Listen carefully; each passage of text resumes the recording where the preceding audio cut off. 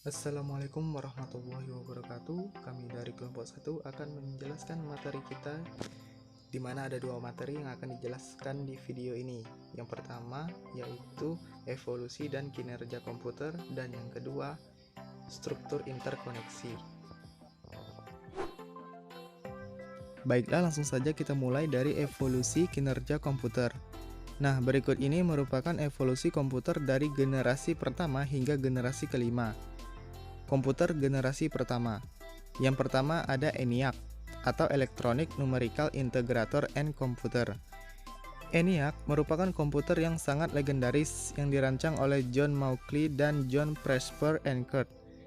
Komputer ini dirancang berat hingga 30 ton yang tersusun lebih dari 18.000 tabung vakum. Komputer ini rata-rata mengkonsumsi daya hingga 140 kW. ENIAC memiliki kemampuan operasi penjumlahan hingga 5.000 operasi tiap detik.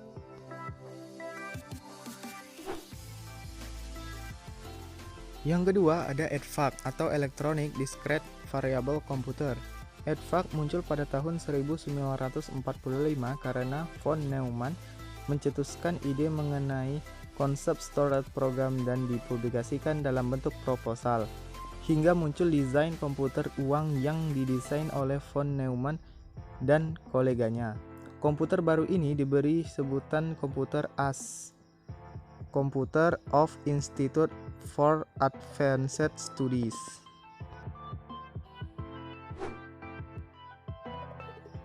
Tiga, EDSAC atau Electronic Delay Storage Automatic Calculator. EDSAC adalah komputer generasi pertama yang dikembangkan oleh University Cambridge, England. EDSAC di mana komputer ini mulai menggunakan raksa atau merkuri ke dalam tabung, di mana tabung tersebut nantinya akan digunakan untuk penyimpanan data. 4. UNIVAC atau Universal Automatic Calculator. UNIVAC disebut juga dengan komputer komersial. UNIVAC diciptakan oleh Dr. Mauchly dan Eckert pada tahun 1947. UNIVAC 1 mulai dioperasikan untuk perhitungan sensus tahun 1950 di USA. Hingga komputer ini dikembangkan dan berevolusi menjadi UNIVAC 2 yang dirilis pada tahun 1950. UNIVAC 2 memiliki kapasitas penyimpanan yang lebih besar dan memiliki performa yang lebih baik dari UNIVAC 1. Lanjut ke komputer generasi kedua. Yang pertama ada DEC PDP-1. Merupakan singkatan dari Digital Equipment Corporation Programmable Data Processor 1. Ken Olson dan Harlan Anderson mendirikan perusahaan bernama DEC pada tahun 1957. DEC telah memproduksi mesin 1 bit pertama kali. Selanjutnya yaitu IBM 7094. IBM 7094 dirilis pada tahun 1962. Memiliki IBR atau Instruction Backup Register yang difungsikan untuk membuffer instruksi hingga komputer mampu memiliki kecepatan proses yang lebih tinggi. IBM 7094 juga dilengkapi multiplexor. Ini digunakan untuk melakukan multiplex pada saluran data atau data channel. Komputer ini mengalami peningkatan performa, kapasitas besar dan mampu menekan biaya operasional. Sehingga IBM 7094 bisa dibilang komputer yang memiliki kinerja yang bagus di masanya. 3. UNIVAC 3. UNIVAC 3 merupakan perkembangan dari generasi sebelumnya, yaitu UNIVAC 1 dan UNIVAC 2. Mesin ini dirilis pada tahun 1962 dengan sistem operasi yang dikenal dengan CF atau BOS. Selanjutnya yaitu komputer generasi ketiga. Yang pertama ada IBM S360. IBM S360 didesain memiliki kemampuan melakukan operasi satu lingkaran penuh atau 360 derajat.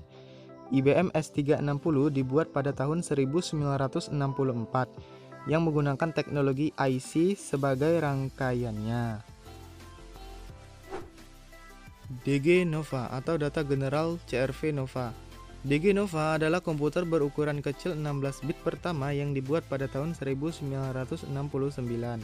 Komputer ini dirancang oleh Edson de Castro dari DG atau Data General. Komputer Nova memiliki kemampuan yang lebih baik, menggunakan sistem operasi DOS dan RDOS, serta support beberapa aplikasi seperti Algol 60 Compiler, Fortran 4, dan BASIC. Hingga kesuksesan komputer ini dikembangkan dan komputer ini telah berevolusi menjadi supernova. Komputer generasi keempat. Yang pertama ada IBM S370. Dirilis pada tahun 1970, IBM S370 menggunakan teknologi chip LSI dengan memori utama berkecepatan tinggi, menggunakan chip silikon tunggal. Kode dasar instruksi S370 ini disimpan dalam RCS. 2. Ada Apple Macintosh 1 dan 2. Apple Macintosh adalah salah satu jenis komputer berbasis PowerPC yang diproduksi oleh Apple. Komputer ini dinamakan berdasarkan Macintosh. Macintosh diperkenalkan pertama kali pada bulan Januari 1984 lewat iklan Super Bowl yang fenomenal. Macintosh adalah komputer pertama yang memperkenalkan sistem antarmuka grafis atau yang disebut GUI. Pembuatan MAC merupakan suatu wujud model integrasi vertikal di mana Apple memfasilitasi seluruh perangkat keras dan juga sistem operasional yang terinstal di dalam seluruh komputer MAC. Selanjutnya yaitu komputer generasi kelima. Komputer generasi kelima ditandai dengan teknologi dan networking. Pada komputer generasi kelima mengalami evolusi dan perkembangan komputer yang cukup pesat. Karena pada evolusi generasi kelima memiliki penyimpanan yang sangat besar dengan pemrosesan yang cukup. Komputer generasi kelima juga memiliki desain yang elegan serta fleksibel. Hingga saat ini, komputer generasi kelima akan terus berkembang dan akan semakin canggih. Baiklah, kita masuk ke materi yang kedua, yaitu struktur interkoneksi. Struktur interkoneksi adalah kumpulan lintasan yang menghubungkan berbagai komponen-komponen seperti CPU, memori, dan I/O yang berkomunikasi satu dengan yang lain. CPU atau Central Processing Unit. CPU membaca instruksi dan data, menulis data, setelah diolah dan menggunakan sinyal-sinyal kontrol untuk mengontrol operasi sistem secara keseluruhan. CPU juga menerima sinyal-sinyal input. Lalu ada memori. Memori terdiri dari N-word yang memiliki panjang yang sama. Masing-masing word diberi alamat numerik yang unik. Contohnya bisa teman-teman lihat di sini. Sebuah word data dapat dibaca dari memori atau ditulis ke memori. Sifat operasinya ditandai oleh sinyal-sinyal kontrol read dan write. Lokasi bagi operasi dispesifikasikan oleh sebuah alamat. Terakhir yaitu I/O atau input-output. I/O berfungsi sama dengan memori. Terdapat dua buah operasi perangkat baca dan tulis. Selain modul-modul I/O dapat mengontrol terdapat lebih dari satu perangkat eksternal sebagai sebuah port dan memberikan alamat yang unik, misalnya O, M, dan seterusnya. K masing-masing port tersebut. Di samping itu terdapat juga lintasan-lintasan data dan dengan satu perangkat eksternal. Terakhir, modul I/O dapat mengirimkan sinyal input ke CPU. Nah, itulah tadi pemaparan materi dari kelompok kami. Sekian dan terima kasih. Wassalamualaikum warahmatullahi wabarakatuh.